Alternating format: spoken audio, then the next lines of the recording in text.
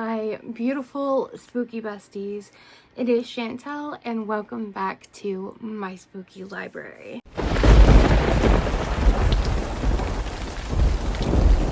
In today's video, we are going to be doing another library book haul. So I have two book stacks here that are library book and I want to go ahead and show you guys. So for some regular like novels and novellas, I have The Dare by Harley LaRue. I have Her Soul to Take or something like that, or Her Soul to Keep. I don't remember exactly, but I have that series by her that I want to read, and then I want to read her Losers series.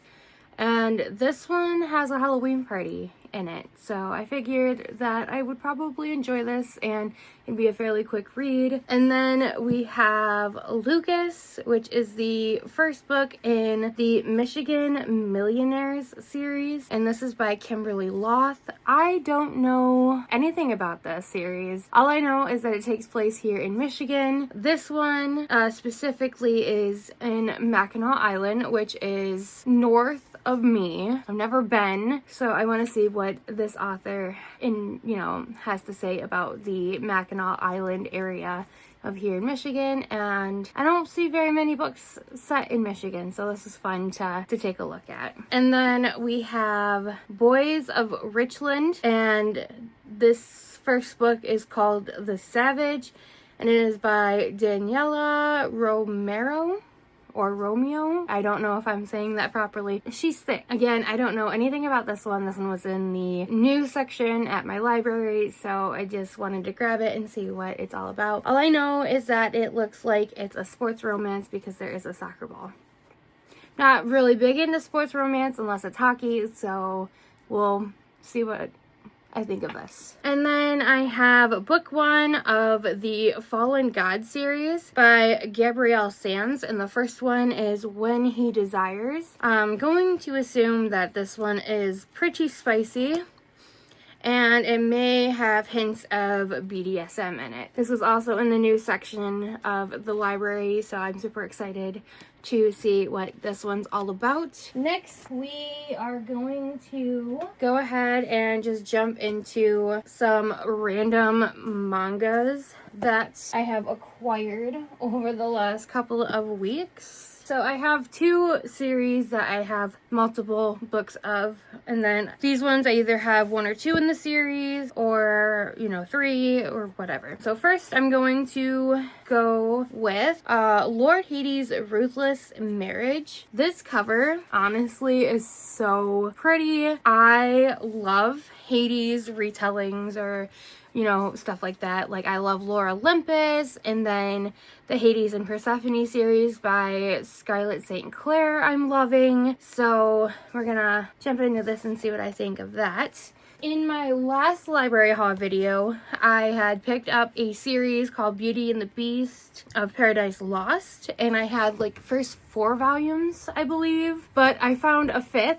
And this cover is really pretty too. I just love anime and manga covers sometimes because they're just so stunning. And then I have some more Marvel manga, but I have Spider-Man Fake Red by Yusuke Oshawa, and I think they wrote the Spider-Man Octogirl one that I read, and I wasn't really fond of that one, so I want to give this author another go and see if I can find something that I really like of theirs. And then I picked up Ghost Reaper Girl Volume 1. I picked this up again because I did pick it up last year, but just didn't get the chance to read what I did pick up.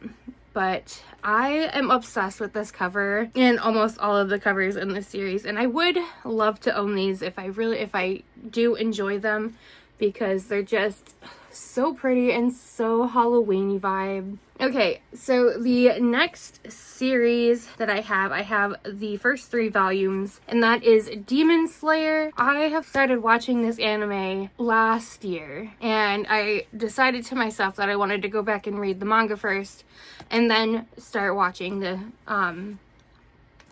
anime series. So I have the first 3. There's 1, 2, and 3. This would be another one that I wouldn't mind collecting and putting into my collection. Okay, so I have volumes 1 through 9, and I have started this series. I started it last year, and I really think that it's a cute little manga series, and I just wanted to pick it up and reread some of the ones that I have read and to just finish it.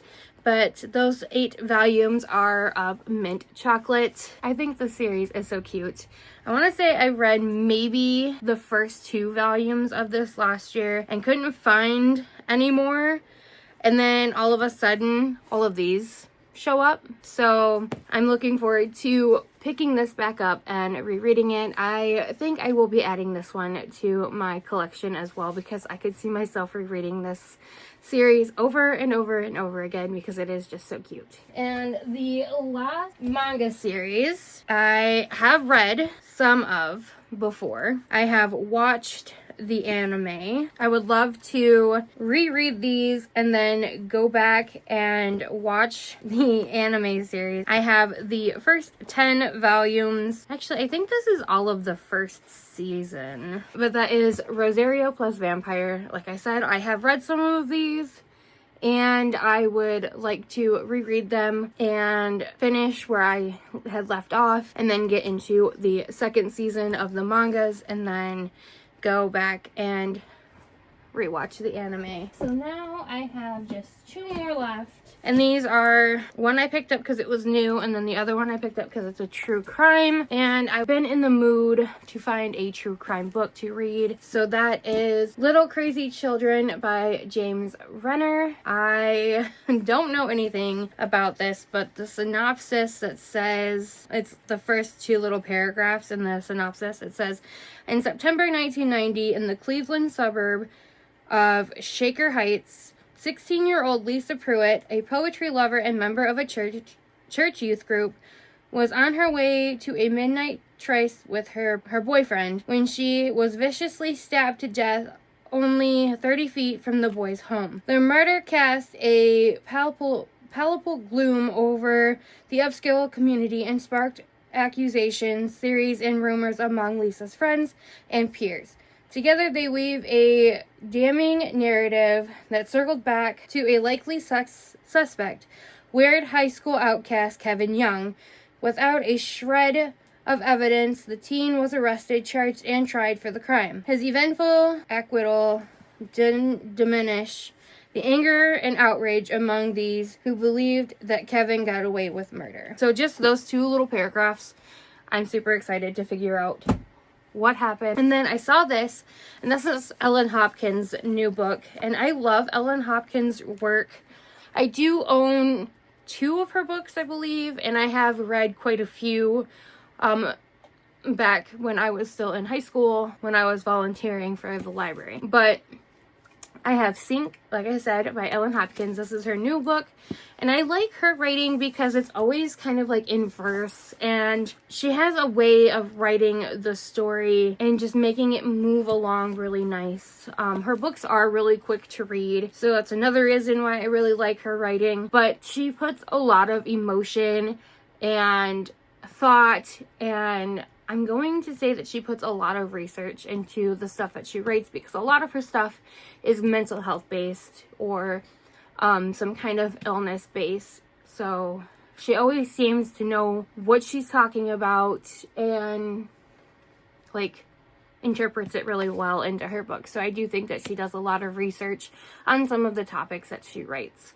So I'll be looking forward to getting into this one, and I would like to pick up some more of her books that I have read or haven't read this year, so I look forward to that. Okay, so that is the end of this video. I promise I will get some kind of content up that is not just library hauls, so yeah, stay tuned for that, and I will see you guys in my next video. Stay spooky, my friends, and I